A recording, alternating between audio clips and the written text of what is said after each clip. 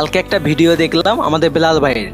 বেলাল ভাই সংসদে যা বলতেছে যে ভাই আমাদের বাজেট নিয়ে আমাদের রংপুরের মধ্যে তেমন কিচ্ছু নেই। আমাদের যে রংপুর মেডিকেল আছে তাও দুর্নীতি দিয়ে ভরা, ঠিক আছে, কোনো সেবাই পাওয়া যায় না বলতে পারেন। একটা জিনিস আপনি যদি ভেবে দেখেন যে শহরের মধ্যে বিভিন্ন উপজেলা থেকে যদি চিকিৎসা নিতে আসে মাটিতে বা ওই ফ্লোর যেটা বলে ফ্লোরে থাকতে হয়, কোনো সিট নেই। আমাদের রংপুরের রাস্তাঘাটের অবস্থা আরও বাজে। যদি আপনি জাহাজ কোম্পানি থেকে আপনি এই সাতমাথা যাওয়ার রোডটা দেখেন, একদমই বাজে। টার্মিনালে কিছুদিন আগে আপনার রোড ঠিক করা হইলো, আবার রোড ভাঙছে কয়েকদিন আগে, বেশি কিছু না। এগুলো নিয়ে আমাদের সংসদে বলতেছে যে আমরা কি ট্যাক্স দেই না, রংপুরের মানুষ কি ট্যাক্স দেয় না, তাহলে রংপুরে এত কেন পিছনে থাকবে?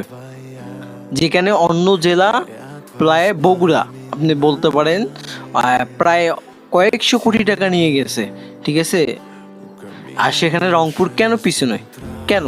এগুলো নিয়ে বেলাল ভাই অনেক কথাবার্তা বলছে। আমার আসলে খুবই ভালো লাগছে বক্তব্যটা, খুবই ভালো লাগছে। ঠিক আছে, আপনাদেরকে যদি একটু দেখাইও, কিন্তু বৈষম্যের দলিল, ডিসপ্যারিটি দলিল, রিজনাল ডিসপ্যারিটি, এই বাজেটে উত্তরাঞ্চলকে রংপুর বিভাগে অস্বীকার করা হয়েছে। স্পিকার, রংপুর বিভাগ এই বাংলাদেশে 25% কৃষি। ধন্যবাদ মাননীয় সদস্য। ঠিক আছে, খুবই ভালো লাগছে। বেলাল ভাইকে অসংখ্য অসংখ্য ধন্যবাদ যে রংপুরের যে সমস্যাগুলো নিয়ে কথা বলছে। উনি কিন্তু গ্যাস নিয়েও কথা বলছে। ভাই রংপুরে কেন গ্যাস নেই, কেন গ্যাস নেই? এটা কোনো ব্যাখ্যা আছে? ঢুকতেছে ঢুকতেছে ঢুকতেছে কেন? অন্য অন্য জেলা তো, অন্য অন্য শহরে তো ঢুকে গেছে, আমাদের রংপুর কেন পিছনে? ঠিক আছে, এগুলো নিয়ে অনেক কথাবার্তা বলছে, খুবই ভালো লাগছে।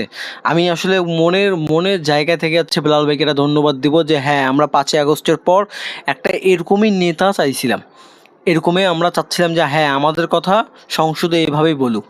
খুব ভালো লাগছে বেলাল ভাইকে খুবই